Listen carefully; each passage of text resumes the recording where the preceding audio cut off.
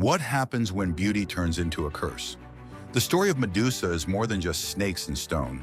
It's a tale of tragedy, betrayal, and transformation that echoes through the halls of ancient Greek mythology. Get comfortable, because today, we're diving deep into one of the most misunderstood figures of all time. Welcome to Mythic Lounge, your go-to place for fascinating stories from ancient legends. If you love mythology and epic stories of gods, heroes, and monsters, make sure to hit that subscribe button, leave a like, and ring the notification bell so you never miss an episode of Mythic Lounge. Now let's unravel the mystery behind Medusa's story and explore her transformation from beauty to beast. Like any myth, it's all about where the story begins. Medusa wasn't always the snake-haired, stone-gazing monster we picture today. In fact, she began her life as an incredibly beautiful mortal woman.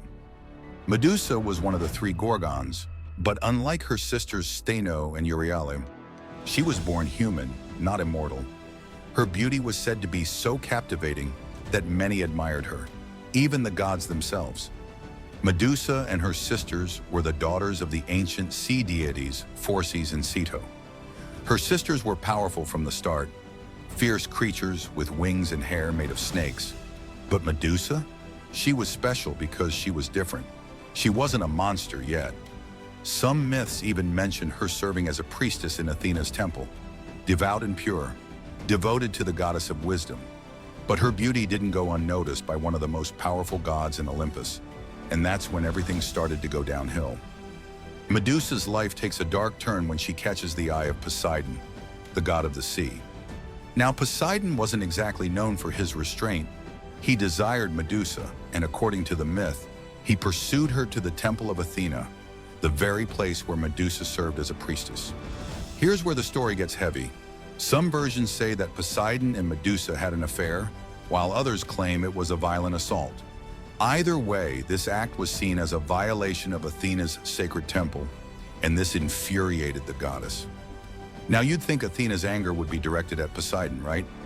I mean, he's the god barging into her temple after all. But no, Athena's wrath fell squarely on Medusa, and here lies one of the great tragedies of Medusa's story. She was punished for something that wasn't her fault. In her rage, Athena transformed Medusa into the creature we all recognize today, a Gorgon with venomous snakes for hair and a gaze that could turn anyone who looked into her eyes to stone. Her once beautiful face was now the face of a monster. It's important to note that in Greek mythology, physical beauty was often seen as a divine blessing, but also a dangerous burden. Medusa's transformation was more than just a punishment. It was a twisted reflection. Athena cast her out to live in isolation, far away from the world of mortals. She retreated to an island called Sarpedon, or in some myths, it was Libya. Either way, she was forced into exile. Now, Medusa wasn't alone in this monstrous form. Her sisters, Stheno and Euryale, who were already Gorgons, stood by her. However, there's a stark contrast between them. While her sisters were immortal, Medusa was not. Her fate was sealed. She was a mortal being, cursed to live as a monster, but ultimately destined to die. During her time in isolation, Medusa was feared by all. Her name became synonymous with terror. Anyone who dared approach her was instantly turned to stone by her deadly gaze. Statues of warriors, travelers, and would-be heroes littered the landscape near her home, grim reminders of her curse. But what's interesting is that while Medusa was feared, she wasn't actively seeking out victims. She was more of a tragic figure. Enter Perseus, the hero of our story. Perseus was the son of Zeus and the mortal woman Danae, and like many heroes in Greek mythology, he was given a seemingly impossible task.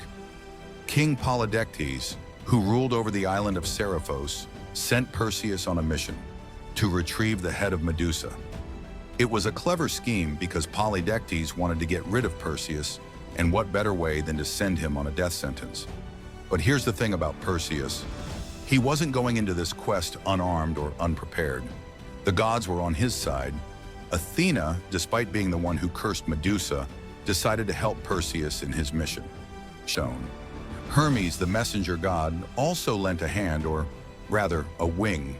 He gifted Perseus winged sandals, a magical sword, and Hades' helm of darkness, which granted invisibility.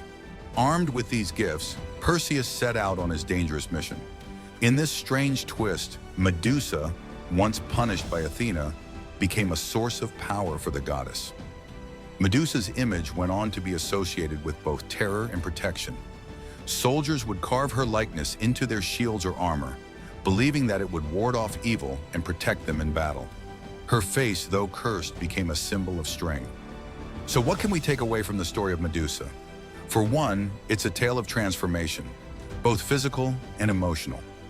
Medusa's transformation from beautiful maiden to feared monster reflects the harsh realities of how power, beauty, and victimhood were perceived in ancient Greece. Her story also speaks to the complex relationships between mortals and gods.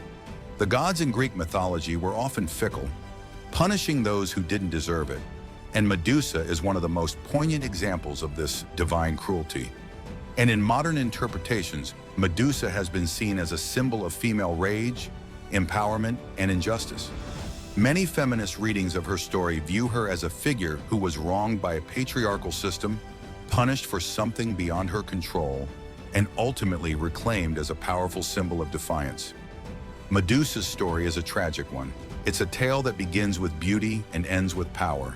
Power that was both a gift and a curse. From being a victim of the gods to becoming one of the most fearsome figures in Greek mythology, Medusa's legacy is one that still resonates today. Thanks for joining us on this deep dive into Greek mythology's most famous Gorgon. If you enjoyed learning about Medusa's tragic tale, make sure to like this video, subscribe to Mythic Lounge, and drop a comment below. What's your take on Medusa's story, monster or victim? Until next time, stay mythical